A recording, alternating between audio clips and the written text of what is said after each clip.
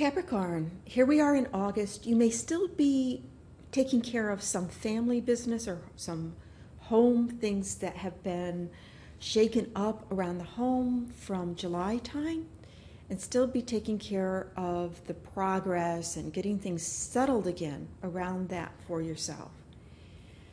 The two significant events in August, astrologically speaking, just happen to coincide with the full moon and the new moon.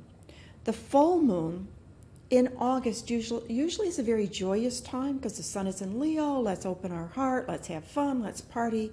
The moon in Aquarius. Let's, get together. It's friendship, connecting with others. Yet this year, Saturn is at 17 degrees of Scorpio, square the sun in Leo, and of course square the moon in Aquarius. And so it's providing this tension for you. Now, where's the tension show up? It shows up in an angle to your sun sign that has to do with other people, that has to do with friendships, and it even might have to do with any groups or people that you're connected to in organizations. It could be work related or outside related, where some change is going on or some friction about what others are saying they do and they wouldn't do. There is a bit of push and pull of power struggle even that you can feel from other people, and you could be like, hey, I just want to get together and enjoy and relax. I got enough stress in my life. Where's this coming from? And yet, the universe is asking you to remember to keep things in balance. Remember to take care of yourself so you can take care of others. And that to connect with what really brings you joy. What really brings that sense of being at peace. So if you feel different times during the month, a little bit stress coming on or responsibilities, universe is saying, hey, just step into a place, whatever it means for you, whether it's meditation, whether it's laughing, whether it's, watching a movie, going outside and putting your toes in the grass, whatever it is for you, find what brings you centered and at peace and feeling stable. Now, the other thing about this full moon is Lilith, the archetype of the enraged woman who will not be caged, can come up. So you can see, there might be some reflection of people out there that are very touchy. It's like, well, I didn't mean anything by that. I was just saying, as the saying goes. But there's a touchiness that can come up around the full moon. And this adjustment energy between Uranus and Saturn is continuing to fall into place, and it continues as we go into the new moon with what's called a yod or finger of fate. Now, the new moon has the intensity of the month, and it's in Virgo. So you're an earth sign, here's an earth sign, that's all good.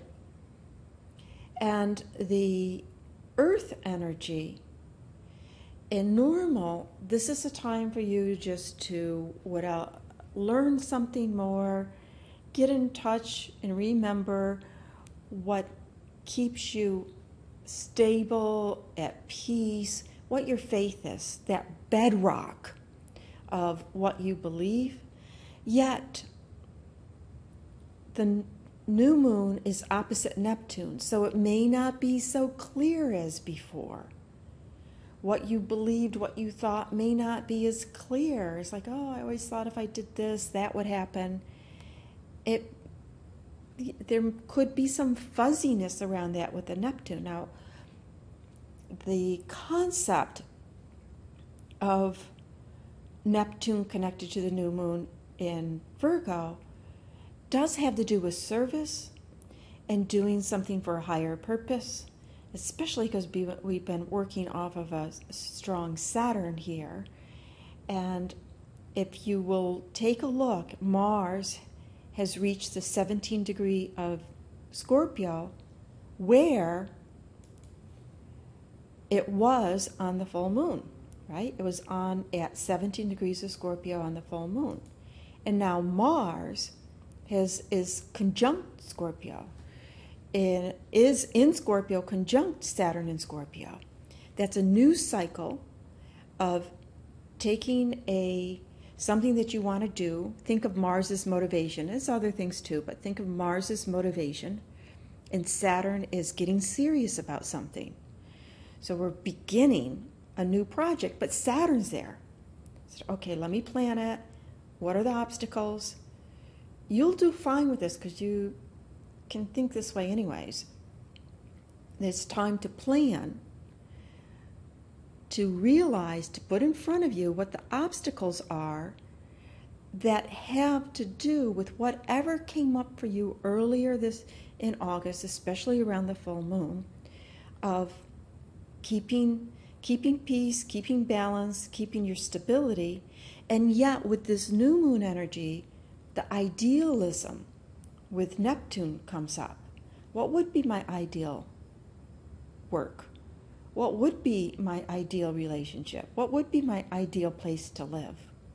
You might not be able to have it. There might be obstacles in the way in the immediate future. But even deeper than that, that Neptune connecting for you personally is, as a Capricorn, is suggesting do not limit yourself in your thinking. Mercury has now joined the 17 degree party. See, Mercury's at 17 degrees of Virgo, sextile Saturn and Mars at 17, and feeding into that what's called that Yod configuration, finger of fate configuration with Uranus. And so new ideas can come your way that will need a